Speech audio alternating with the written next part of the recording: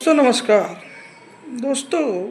Public life में अगर आपके घर से या परिवार से कोई पहले ना हो तो नई एंट्रीज बहुत मुश्किल से हो पाती है। और वहीं अगर कोई नया व्यक्ति समाज में पब्लिक लाइफ में कदम रखता है, कोई पढ़ा लिखा व्यक्ति खासकर, या उसे सिस्टम में कुछ कमी दिखती है और वो उसके इम्प्रूवमेंट के लिए आगे बढ़ने की कोशिश करता है, तो कई तरह से उसको फंसाने की भी कोशिश होती है। आपने ये भी देखा होगा कि बहुत सारे केसेस जो हैं उसमें अंडर ट्रायल्स हैं, सज़ा उनको नहीं मिली लेकिन अंडर ट्रायल्स हैं, लोग जेल में बंद हैं। तो वहीं आप ये भी विसंगति देखते हैं कि मसलन ईडी के ही केस में देख लीजिए कि बहुत सारे जो केस हैं सत्ता पक्ष से के कम बल्कि विपक्ष के केसेस ज़्यादा हैं। पॉलिटिकल मैटर्स को अगर देखा जाए तो वहीं कन्विक्शन रेट्स भी बहुत कम है। खैर, आप ये भी देखते हैं कि बहुत बार सालों केस चलते चलते नीचे के लेवल पे या बीच के लेवल पे हारते हारते अगर रिसोर्सफुल व्यक्ति है, अच्छी पैरवी हो जाए तो अपर लेवल पे रिलीफ मिल जाता है या कन्विक्शन हट भी जाता है। परंतु एक आम व्यक्ति के लिए इस पॉलिटिकल सिस्टम में जगह बनाना और इस पॉलिटिकल सिस्टम की जो कमियां हैं उनको उजागर करना और उनके विरुद्ध इस डेमोक्रेसी के डांस में पार्टिसिपेट करना, पब्लिक लाइफ में आना खतरे से कम नहीं है। प्रैक्टिकली अगर बोला जाए, आप आए दिन बड़े बड़े लोगों, अब छोटे मोटे छोड़िए, बड़े बड़े लोगों को ही देख लीजिए, डिफेमेशन के केसेस आए दिन लगते रहते हैं। आप ये भी देखते हैं कि शेर व शायरी पे भी केसेस हो जाया करते हैं। मैं ये नहीं कह रहा हूँ क्या गलत है क्या सही है। तो जनरली अगर ये अप्रोच हो जाएगी कि अगर एक बार सज़ा हो गई तो सज़ा होने के बाद आजीवन बैन हो जाएगा, तो जनरली फिर पूरा सिस्टम जो रहेगा वो रिसोर्सफुल लोगों के लिए और जिन्हें सिस्टम का संरक्षण है वही लोग पब्लिक लाइफ में बने रहेंगे। और जो एक स्पिरिट होती है एक्चुअली में नए लोगों की आने की, और वो अक्सर नए लोग इसलिए भी आते हैं क्योंकि एक डिक्टम है जो एक बार जस्टिस नागरत्न जी ने एक स्पीच में बोला था कि power tends to corrupt and absolute power corrupt absolutely. तो फिर उस करप्शन को उजागर कौन करेगा? पीसफुल धरना प्रदर्शन इत्यादि में बहुत लोग फंसते हैं, देखते हैं। कौन प्रोटेस्ट करेगा? मैं प्रोटेस्ट करने के लिए नहीं कह रहा हूँ कि मात्र प्रोटेस्ट के लिए ही प्रोटेस्ट करिए। जहाँ गवर्नमेंट अच्छा करे वहाँ अच्छा भी बोलिए, लेकिन जो पार्टी आज सत्ता में है कोई जरूरी नहीं कल वो भी सत्ता में रहे और फिर उस हिसाब से वो कार्रवाई करने लगे। पिसेगा कौन? जो इन्फ्लुएंशियल लोग रहेंगे, जो अच्छी पृष्ठभूमि के रहेंगे, जो मजबूत पृष्ठभूमि के रहेंगे, हर तरह से रिसोर्सफुल रहेंगे, उनके खिलाफ तो पहले कार्रवाई होती भी नहीं है। और कार्रवाई हो भी गई तो जब जीरा कायदे से होती है तो ये हो जाता है अक्सर साबित कि वास्तव में ये केस टिकने लायक था ही नहीं।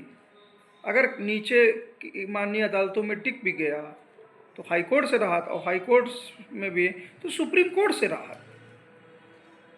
बेसिकली बहुत चीज़ें प्लीडिंग केस को रखने के तरीके और खुद जो वकील साहब का अनुभव उस पर भी डिपेंड करती है। तो कमज़ोरों की आवाज़ उठाने वाले, और जब पूरा सिस्टम कहीं ना कहीं आप देखते हैं कि पैसा, पावर, पॉलिटिक्स सब कहीं ना कहीं एक साथ चलने लगता है तो फिर आम जनता, गरीबों, इन सब की आवाज़ उठाने वाले कहीं ना कहीं हंसिए पे हो जाएंगे अगर उन पे आजीवन बैन की बात आ जाएगी। दूसरे तरीके से ये सोचिए कि सज़ा हो जाने के बाद, जब एक बार आदमी ने सज़ा भोग ली और सज़ा उसने पूरी कर ली, तो सज़ा हो जाने के बाद भी क्या सज़ा की परछाई आप उसको हमेशा उस आदमी पे बने रहना चाहते हैं? उसे क्या मेन स्ट्रीम में फिर से आने नहीं देना चाहते हैं? क्या आप सज़ा जो दे रहे हैं ये कहीं वैसी सज़ा तो नहीं हो जाएगी कि वो हमेशा के लिए, अगर कोई कैसे भी जेल चला गया तो हमेशा के लिए वो बाहर हो जाएगा पब्लिक लाइफ से? दरअसल पब्लिक लाइफ में अगर लोग पार्टिसिपेट भी कर रहे हैं तो पार्टिसिपेट करते करते अगर उन्हें कुछ ऑर्गेनाइजेशन शक्ति मिल जाए या किसी पोस्ट पर पहुंच जाए तो वो भी उनको मोटिवेट करती है।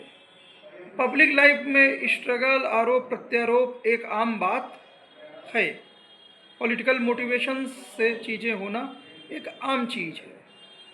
प्लस इस तरह का, मुझे याद आ गए जस्टिस, जी हाँ, मुझे जस्टिस रोहिंटन नरीमन जी को वो चिलिंग इफेक्ट आ गया कि अगर इस तरह का बैन हो जाएगा तो लोग तो अपने राइट एंजॉय करना ही छोड़ देंगे। जहाँ उनको बोलना चाहिए, जहाँ प्रतिरोध करना चाहिए, वो भी छोड़ देंगे। इस हद तक सोचने लगेंगे। तो इन चीज़ों पर गौर करने की आवश्यकता है। और वैसे भी पब्लिक लाइफ जो होती है वो 5 साल के लिए ही होती है। आजीवन बैन की स्थिति तभी हो सकती है, वो मोरालिटी और आइडियलिस्टिक सिस्टम पे ही आधारित है, और वो तभी हो सकती है जब हमारा सिस्टम जो चल रहा है वो स्वयं आइडियल हो, चलाने वाले स्वयं आइडियल हो, केसेस पहुंचाने वाले वो स्वयं आइडियल हों, बहुत हद तक डिसीजन लेने वाले भी स्वयं आइडियलिस्टिक नेचर के हों। ऐसा आइडियलिस्टिक समाज क्या कहीं पॉसिबल है या कभी हो भी सकता है? हाँ, उसकी ओर बढ़ा जरूर जा सकता है, परंतु ऐसा असंभव है। इस तरह से भी सोचा जा सकता है कि जो लोग लॉ बना रहे हैं, कह सकते हैं लोग कि अगर वो स्वयं अपराधी हो चुके हैं वो कैसे लॉ बनाएंगे। इस तरह भी सोचिए कि जो लोग लॉ बना रहे हैं वो पहले अपने ऊपर ही अप्लाई कर ले कि जो लॉ बना रहे हैं उसके दायरे में वो स्वयं तो नहीं आ रहे हैं, पहले उनकी चेकिंग होनी चाहिए। इन सब चीज़ों का कोई अर्थ नहीं है। पब्लिक लाइफ कोई परमानेंट जॉब नहीं है, टर्बुलेंस से भरी हुई है, इसमें बहुत सारे रिस्क होते हैं और बहुत ही कम्पिटिटिव लाइफ है, खासकर नॉर्मल घरों से निकले हुए लोगों के लिए। और डेमोक्रेसी एकदम सहमी सी हो जाएगी, देरी से हो जाएगी, राइट्स के एंजॉयमेंट कम होने लगेगा और पॉलिटिक्स में इंटरेस्ट कम हो जाएगा। फिर तो सिस्टम जिसको चाहे उसको भगवान और जिसको चाहे उसको खुदा और मुजरिम घोषित करने पे आमदा हो जाएगा। ये मैं किसी पार्टी विशेष, नेता विशेष, ये नहीं, एक जनरल जो चीज़ें स्टेट ऑफ अफेयर्स चल रही है उस विषय में ये तर्क रखा है। खुदा कौन इससे इतने बड़े जीवन में कोई कितनी अच्छी बातें करे, कोई कितनी भी चीज़ें, अच्छी एजुकेशन हो, कहीं कुछ भी कर ले, अगर उसके जीवन को माइन्यूटली देखा जाए, परखा जाए, अगर उस पर फोकस कर लिया जाए तो एक नहीं छोड़िए साहब, ऐसे 10 केसेस उस पर बन जाएंगे और कुछ ना कुछ सज़ा उस पर हो जाएगी। ये कुछ इस तरह से है कि सड़क पे चलती हुई अगर कोई गाड़ी ले जा रहा है और अगर ट्रैफिक पुलिस आ जाए चालान काटने को तो उस पर वो कुछ ना कुछ कमी निकाल के चालान काटी देगी। और ये भी देखिए, एक ही सिस्टम में कई लोग बहुत कुछ करते रहते हैं तो वहाँ आंखें मूंद ली जाती हैं।